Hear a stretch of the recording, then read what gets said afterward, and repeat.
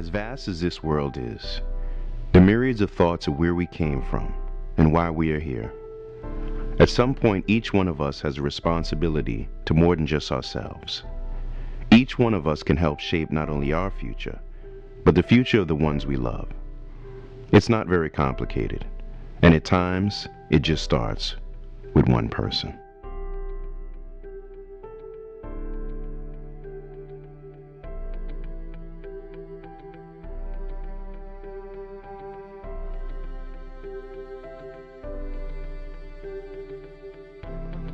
My name is Constance Marley, and I come from Jamaica, and I came here to look for a better life for myself and my family.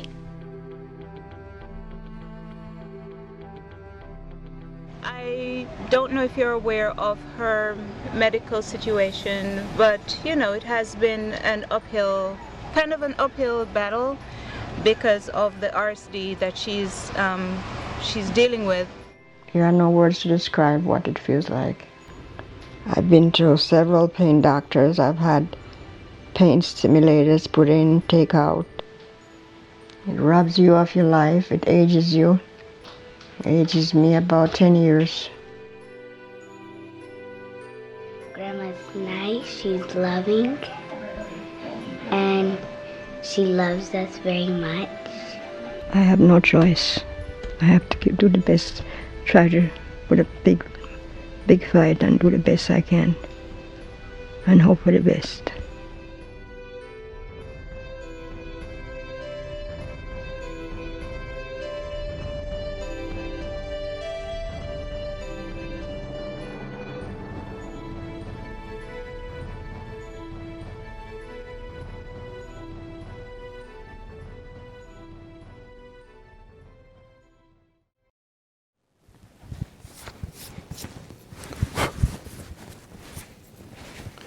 So that is my dad.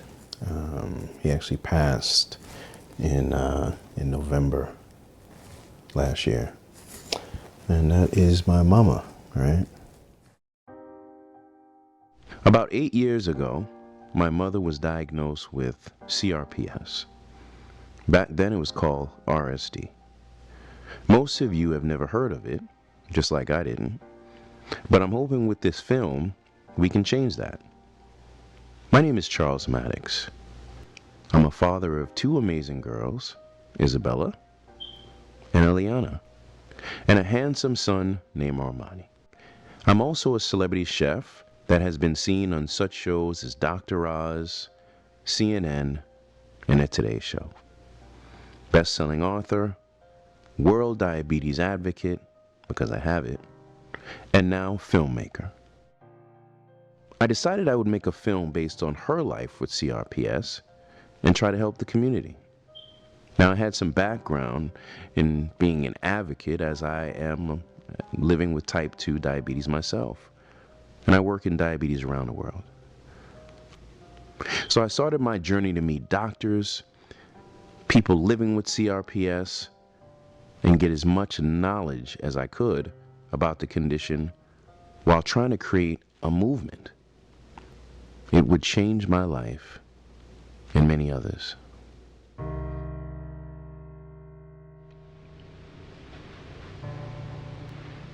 Oh, I'd like to be able to walk on my feet again and go shopping and do some of the things that I used to do. Just to be able to stand on my feet.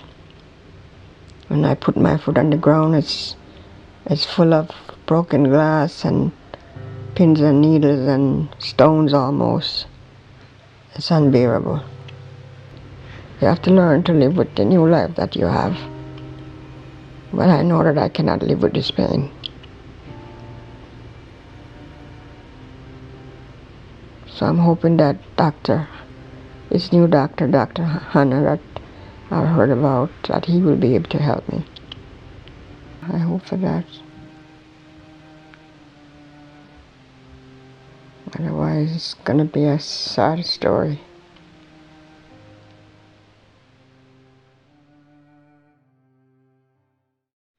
I love my patients. It's it's a passion.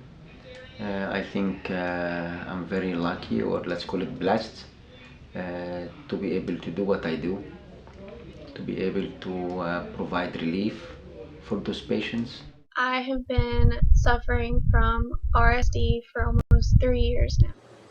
I've had RSD. I was diagnosed with complex regional pain syndrome quite some time ago. I have CRPS in my foot.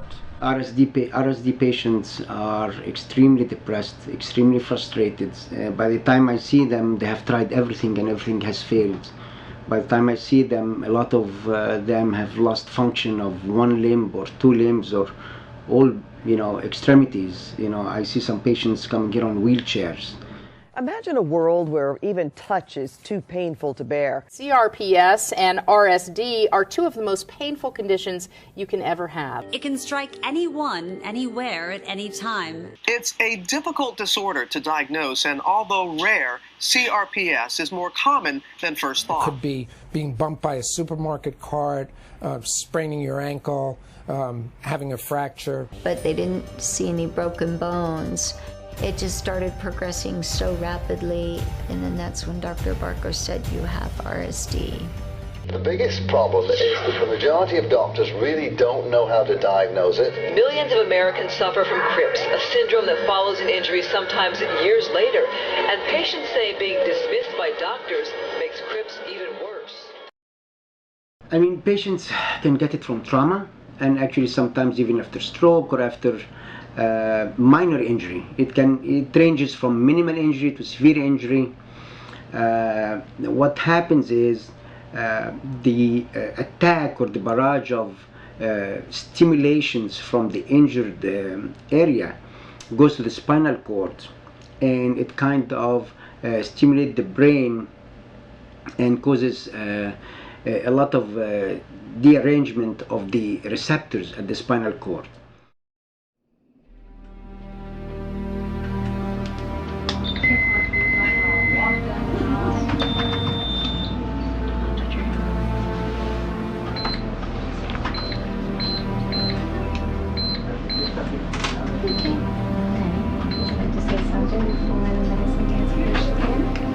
To Neverland. Bye-bye, folks. Let me hear you count for me.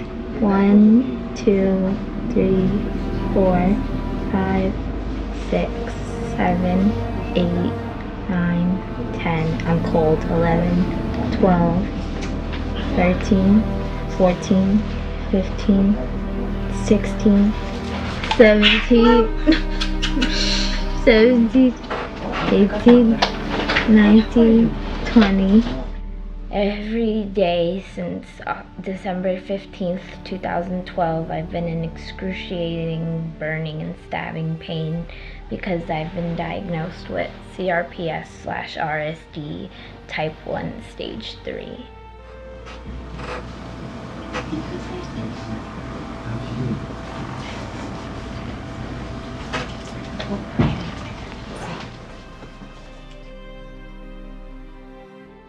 The pain isn't out of control pain.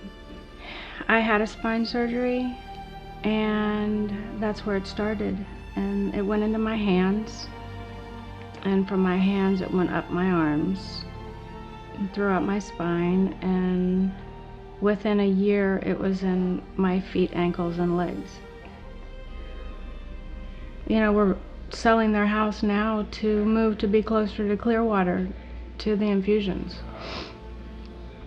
So that's always been in the back of my mind, what happens. And I have to put it in the front of my mind and figure out what my next step would be. It was very difficult before we found the treatment that she now undergoes, to see her on the floor almost in convulsions because of the pain, and knowing that there was nothing you could do. It was heartbreaking. We would try anything and everything, just somehow to mitigate that which she was going through.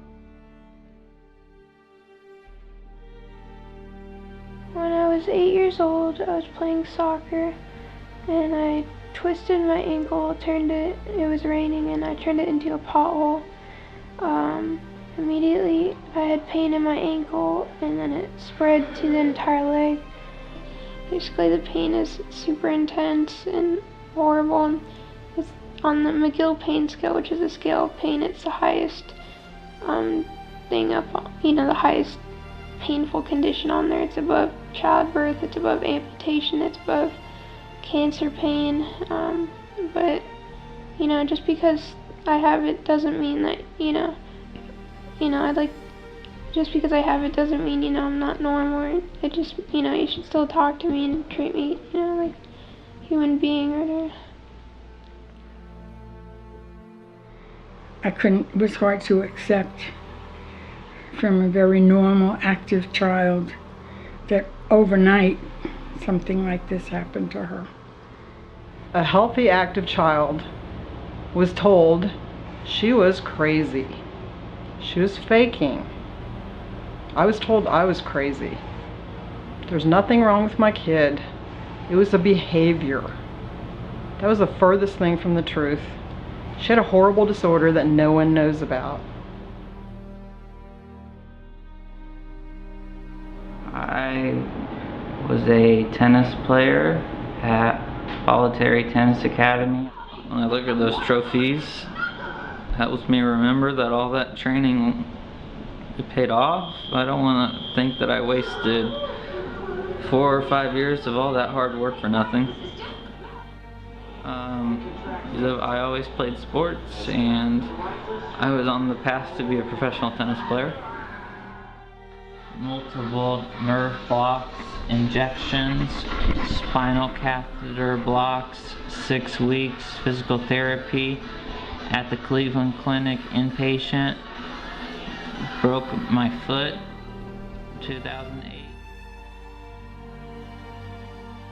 I was still trying to play tennis at that time. I didn't play tennis for 2 or 3 years whenever I was in that excruciating, can't do anything but yell at the top of your lungs. So why am I making this movie? For one, because it needs a voice. I have been fighting for millions around the world with diabetes for the past few years. My heart holds passion for those that are hurting. I have met amazing new friends that I know need me to help keep up this fight for them each day. Also because I always think, who would fight for me if I was sick? Then of course because of my mother. I have seen pain in her eyes that would break any child's heart. I hope to open the eyes of millions and get back on TV shows like CNN, Dr. Oz, and the Today Show. And I hope to have the medical community move to action.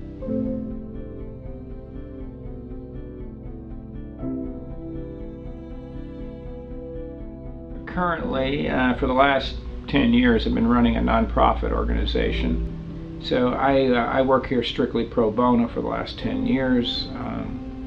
It's the International Research Foundation for RSD CRPS. We're based here, headquartered here in Tampa.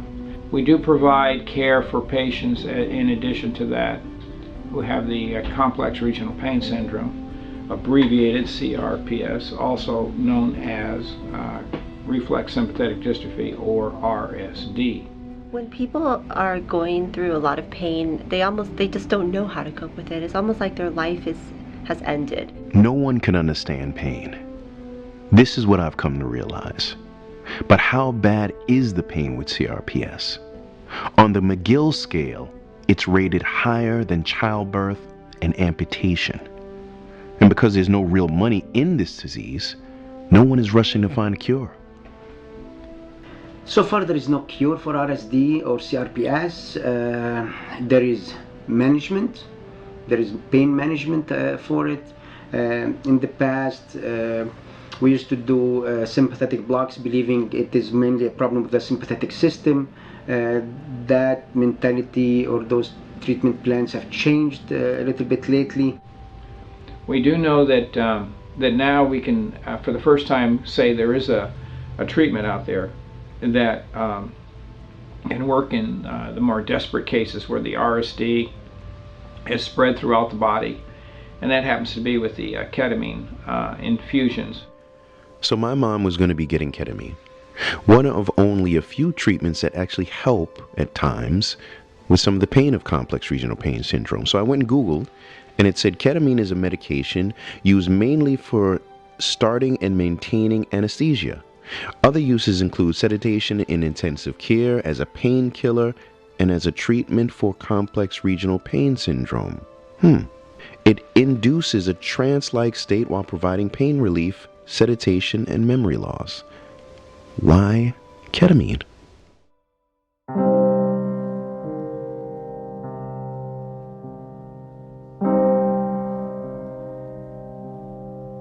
The pain is more than what I can bear.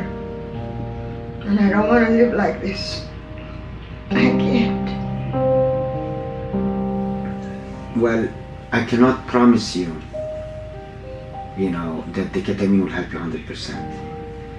Okay? I can only tell you that it has helped many patients, okay, who were in your same situation. But can I guarantee and tell you, Constance, don't worry, piece of cake, you're gonna do great, I can guarantee you. I cannot do that, okay? I cannot give you false hopes. There's no words to describe the pain that I feel.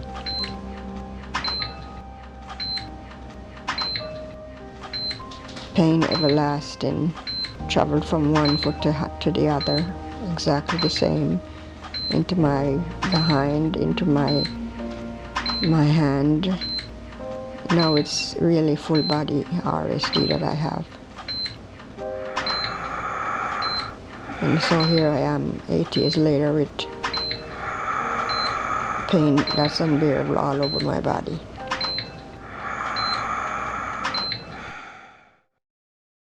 CRPS is an abbreviation for chronic regional pain syndrome, or previously known as RSD, or reflex sympathetic dystrophy. What it is basically, it's a condition of severe pain that is way out of proportion of the precipitating event or out of proportion to the injury that the patient had. Usually start in one limb and can spread to the other limb or the rest of the body. The main problem with RSD or CRPS is that the pain is very severe. It's been very painful sometimes just to see her going through it. This is your first time doing it? It's hell. I wouldn't wish this on my worst enemy. I wouldn't wish this on anyone. And there's a few people I haven't liked in my lifetime, but you know what? I don't hate anyone, but I wouldn't wish it on no one, no one. This is the worst type of illness you could ever have besides cancer. The thing is, my girls, unfortunately, never got a chance to meet their grandfather. He died last year all of a sudden from cancer.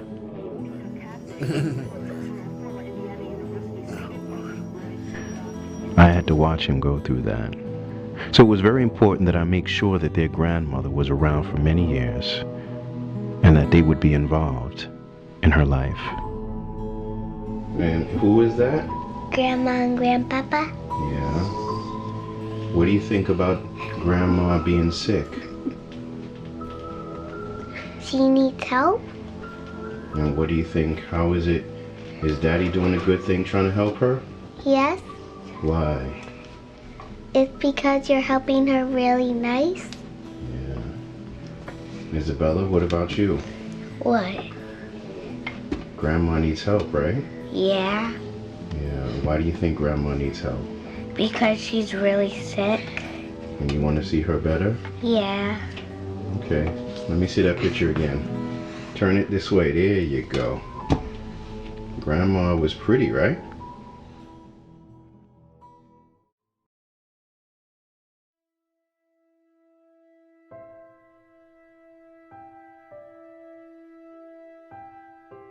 Today is day 3 and I'm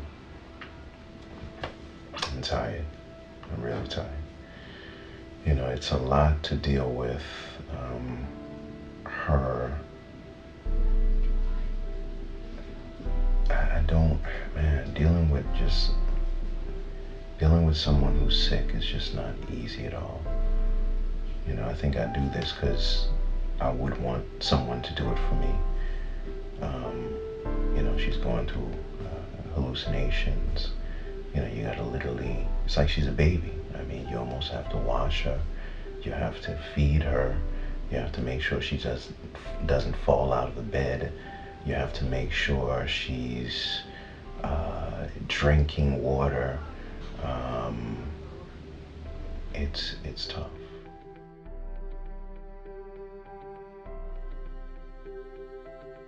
They've been through so much to get us over to the west coast of Florida. From the east coast, they had to sell their home. That was their forever home. They've been there 15 years. And the move has been stressful and hard, physically, emotionally, mentally, and it takes its toll on them. And I'm dependent on them for a lot of my care and my livelihood. And that scares me as time goes by, or that this move has taken so much from them physically. And that guilt that I carry.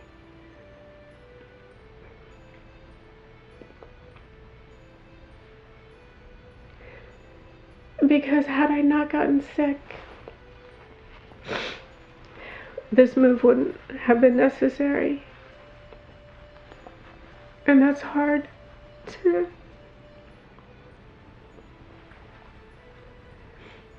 process, and that's hard to carry on me.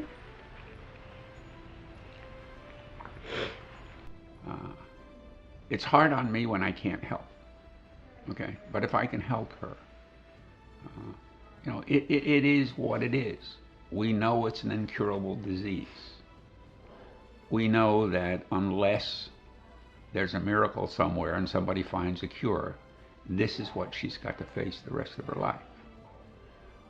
We thank God for ketamine infusion therapy.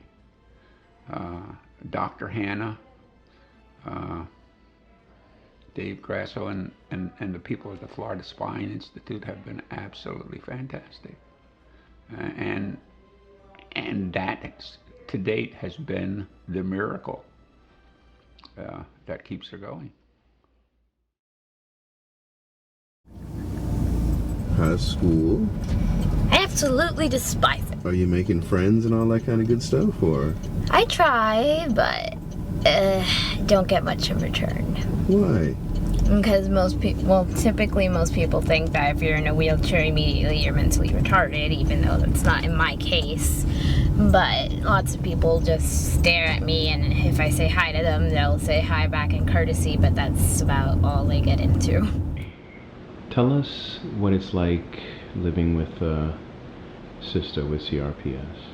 I believe it's really hard because you don't have it, so you don't know what she's experiencing, and you just see her in pain, and it's really bad. You don't know what to do because sometimes you don't know why or what's going on, and you just try to help, but you really can't because there's nothing that you really can do.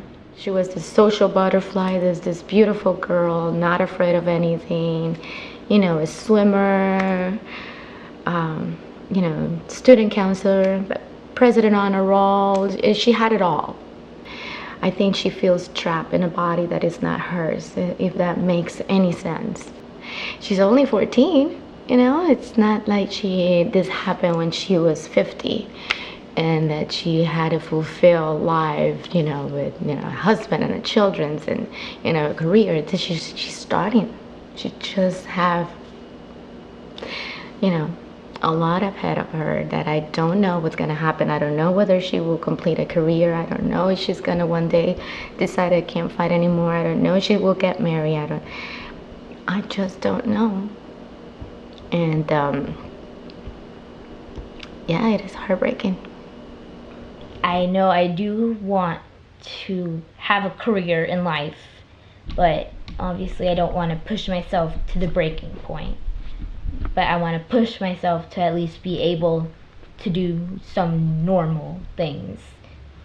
Like looking into what colleges I want to go to, looking into what I want to major in, doing internships, getting a part-time job, going out on dates, movies, spring break with friends at a beach, or things like that. But that's just optimistic.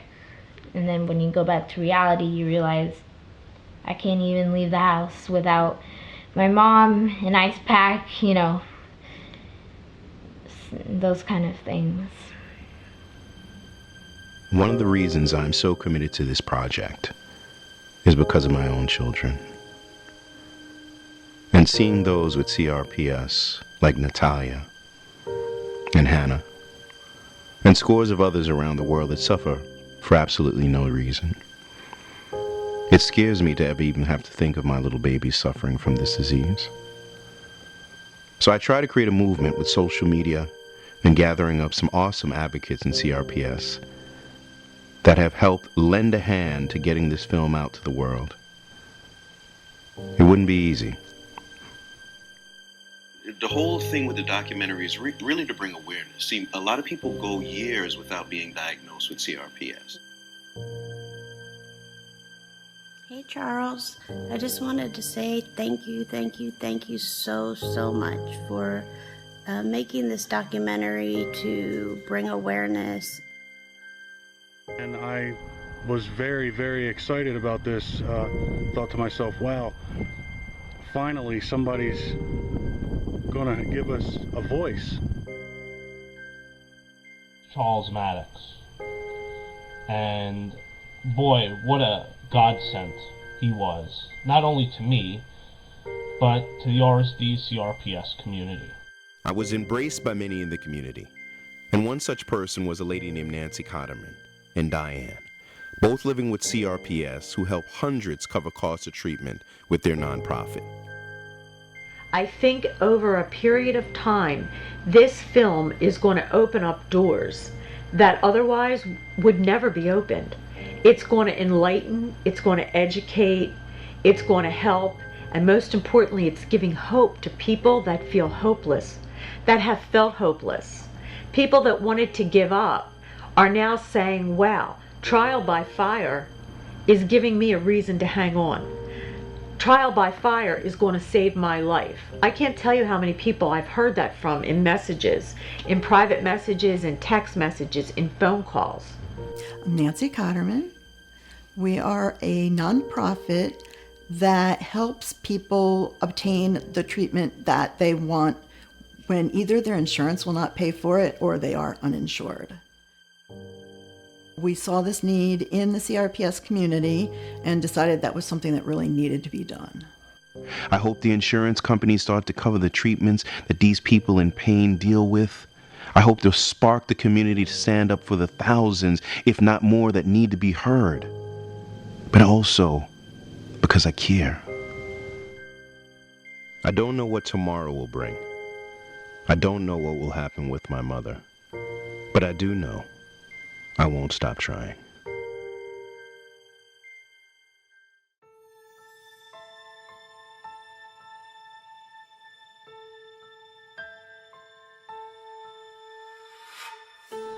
Day 5, it went really well, She was walking around the best that she could. I think a lot of this is going to be in a person's head from what I've been talking to other people about that. It's the pain has been here for 8 years, so it's almost as if it's still there. I think the first message to give to anyone that's dealing with pain like this is that this does not have to be your theme anymore, because I think that it does become your theme. It's obvious it becomes your theme, and I can understand that because it is so strong and it does take over your life. But it's important to start focusing on other things in your life. So I think as, the treatment continues and things like that, that she will start to really improve. So I did 4 days high dose after waiting almost 11 weeks, and that was too long to wait. So it was a little more intense of treatment, but it really brought the pain down. One thing I have here at Dr. Hannah's, a lot of hope, and we get a lot of respect and dignity, which is something we've looked for 10 years. Respect, and we're treated with respect and dignity by everyone on the staff, including the physical therapists. They respect Hannah, they understand what she's going through, they try to help her, but they listen to her and they get it.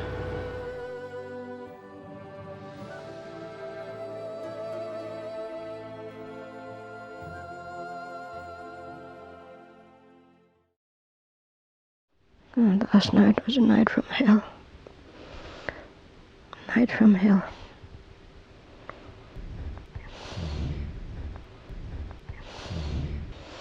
Just pain all over every inch of my body. I couldn't even sit, stand, kneel down, shake myself. I thought I was going to come in and go in and get some help, and I wouldn't have the pain. And as the week goes by, it gets worse and worse. I don't know what I'll do with myself. It's just not human. It is not human for anybody to suffer like this.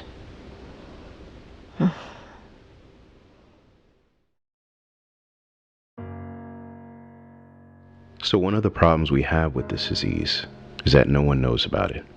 Not the doctors, not the people that even have it. Thousands go undiagnosed. Even on the CDC website, there is no mention of CRPS. Some say there's 1 to 5 million people with this condition, but no one really knows. If physicians around the country don't really know what it is, I wonder how many people are actually being diagnosed that have it. So I don't know how we could get a more accurate number. These physicians, not all, but some of these physicians pay no attention to what's going on about them. They either do that or they have one of their assistants decide to check boxes in the records rather than they doing it themselves. That's probably the most frustrating situation you run across when dealing with physicians. I go with her to most every doctor visit to bring validity, to protect her. Because we had one occasion where she's suffering from anxiety, walks into the doctor's office, he sees what she's going through and he says, well, you better shape up, or maybe you better leave or come back another time. It's just very hard when doctors don't know.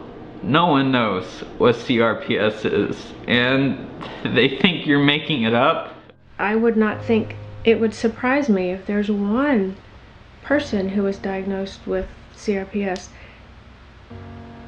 wasn't told it was in their head, or wasn't told that it doesn't exist. And so you go from doctor to doctor. Sometimes you find out, like for me, I found out I had it before I was diagnosed, technically diagnosed. And to go to a doctor and beg him into believing you have something is a little bit backwards. If a doctor can't help you, they need to admit it. They need to listen to the patient and believe the patient. Symptoms are unusual. You know, the picture is very different from your typical pain. And a lot of primary cares, you know, are not aware of it. They didn't get the training on it. Very few primary care doctors in their residency get trained with pain management. And if they don't, they may never seen it during their training. And if they don't know about it or nobody educate them about it, then they will never know about it.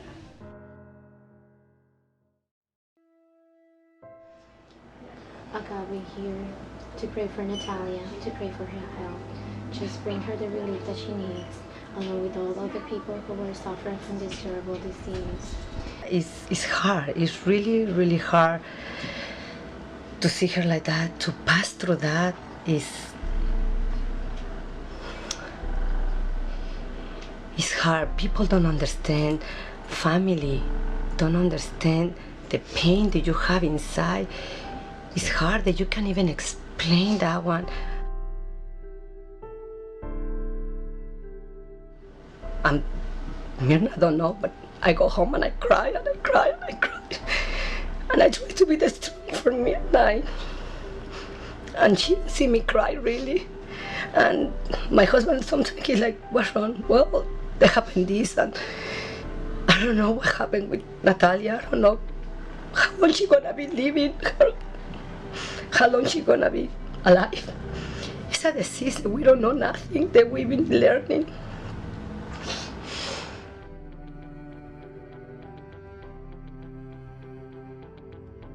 Natalia is a sweet little girl. When she first came in, it was hard to get her to smile, but now that's all she does when she comes in. And I would love to see her get up out that wheelchair and walk for us. The good thing I've done is kind of talk to a lot of other people who have CRPS as far as the treatment and how it's affected them. I have a daughter that suffers from RSD. She suffered from this terrible disease for quite a few years. It's something that a father or a loved one does not like to see at all. Back in 2011, I had corrective surgery done on my left foot for tarsal tunnel, and I'd say 2 weeks into recovery, I was diagnosed with RSD. At the time, is what they called it. We had to make some serious decisions to reconfigure our lives. We had to let everything go. I couldn't handle the work. I couldn't do anything. I was immobilized. There were 3 doctors that were all telling me at once that if you play tennis again, you literally will end up at a point where you'll end up at a point where you'll be in so much pain and there'll be nothing that they can do. And that crushed my dream of wanting to be a professional tennis player. You know, pain is pain. It's a very terrible thing, but I just really want her to be a little bit more positive that this is going to work, so that it can work. Do I need to play or do something here? No, it's going. Oh, sorry. I love this. Wow, look at this. I wrote on the back. Oh, you did? I don't know what's been causing it. I've just been feeling 10 times more depressed than usual and having more suicidal ideations than usual.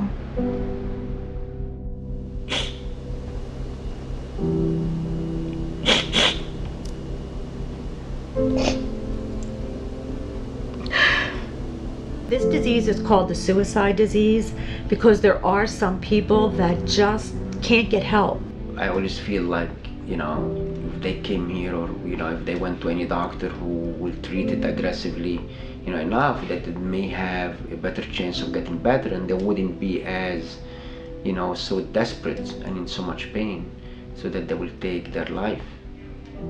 I don't really know why. It's just recent. I don't, maybe it started 2 months ago maybe, where I started getting really depressed and suicidal, but not that I've tried anything, but just thinking about it makes me cry sometimes. It's not what we dream for our children, right? I'm sure you have, it's not what you dream for your little girl. I recall that day like it was yesterday. My strong West Indian mother talking about taking her life. I had to do something. I would encounter many stories while making this film. I'm not sure I understood what I was walking into. I felt their pain. How could I not? I was on anti-anxiety medications for sleep. And one afternoon I took the whole prescription. Yeah, I definitely was going to take my life. I knew when, I knew how, because I knew I didn't want to live like this anymore. I didn't want to live the way I was feeling. I didn't want to live in that kind of pain anymore. I didn't have any hope. When you go through something like this, your first question is, why me? And then you see so many others and you just question why. And you pray for a cure. And when that doesn't happen, you learn to pray for strength. I had no idea what I would encounter when I started this film. These people who let me into their homes and lives became my friends. I shared their joys and also their pains. They shared things with me they didn't share with some of their own family. Many nights I lay awake thinking, what more can I do? What more can I do?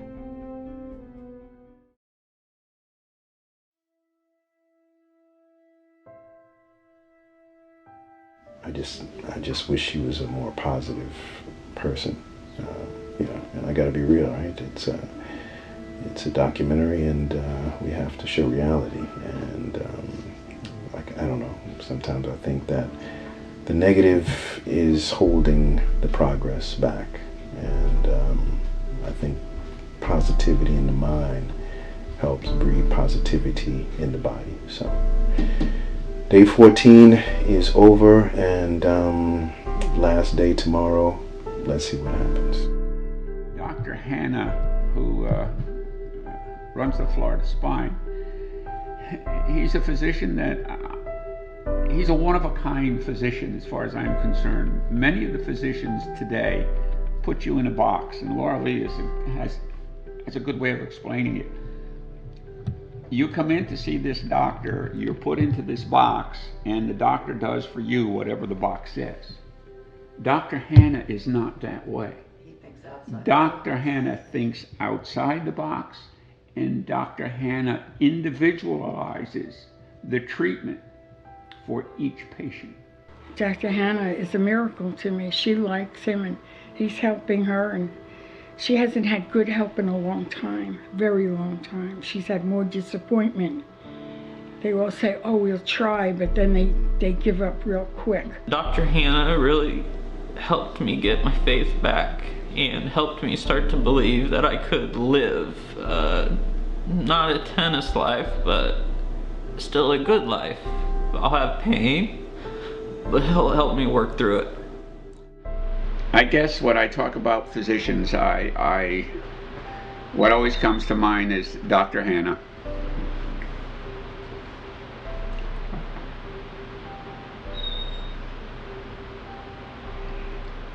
He's been a godsend. Let's cut it.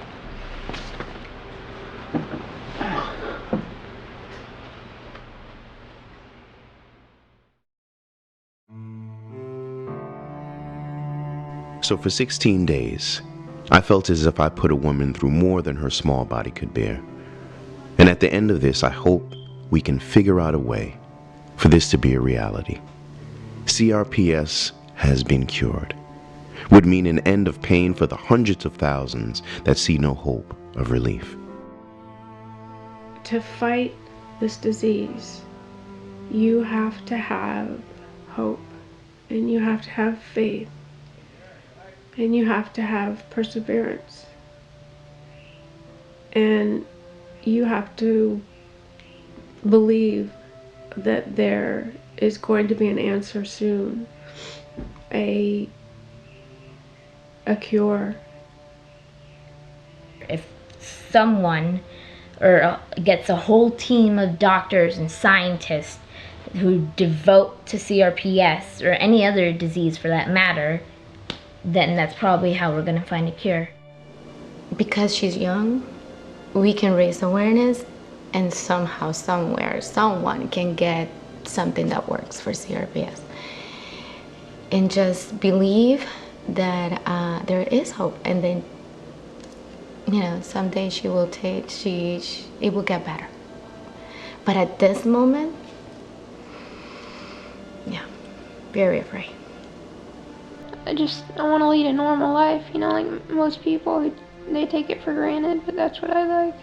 I just wish that something would happen where somebody can come up all of a sudden out of a clear blue sky and say, this is how we're going to be able to help. I wish for that. I pray for that. I'm a Christian man. It's tough to have kids that you've raised, seen them get married, graduate from college, have a wonderful job that they love, and have them not be able to do that. I'm sorry, I can't say no more.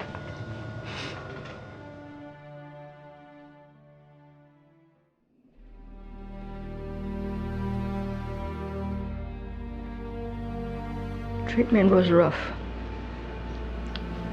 because when I come out of the treatment, I was dazed, confused, sleep almost all day after that.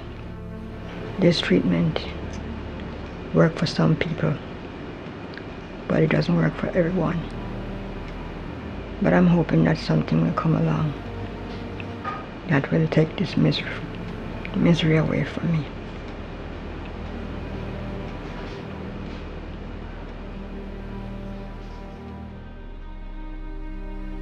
It's been like this for almost 4 weeks, or 3 weeks and a day. I was hoping that this treatment would work. I know it works for a lot of people, but I don't know if she's maybe gone too long. I don't know if we'd have known sooner, if we'd have been able to fix this. It literally breaks my heart just to have to see her like this at night when she's like shaking from pain, and you can't do anything to help your mother. Just wondering why it didn't work for her. Just wondering. They say reflection is the mirror to the soul. I said it was my hope and my dream that after these 15 days of treatment, I would be able to walk the beach with my mother. Unfortunately, that won't happen anytime soon. I came out today with Ellie to reflect on our futures, as we will continue to fight for my mother and the many that live with CRPS each day. I once heard, hope is a good thing, maybe the best of things, and all good things never die. The past few months while making this film has been an amazing journey. I've met friends that I could now call family, experienced pains and joys. It's never easy seeing people that you love hurt, but I walk away a better man. I hope they could now push forward, and I hope this film opens eyes and they find a cure or better treatments. I'm here for them, as long as they'll have me.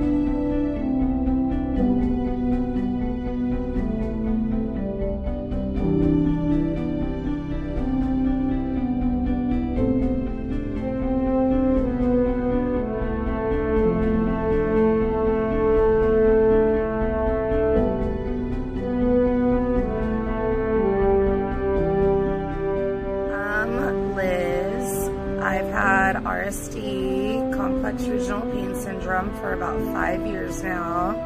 32. I have 2 kids. I'm married. I used to snowboard. It is really important to me that Charles Mattocks is making this movie about CRPS. It is very important because it allows people to understand what people like me go through on a daily basis. It will teach people to understand that with this condition, just because we don't look like we're in pain, doesn't mean we aren't.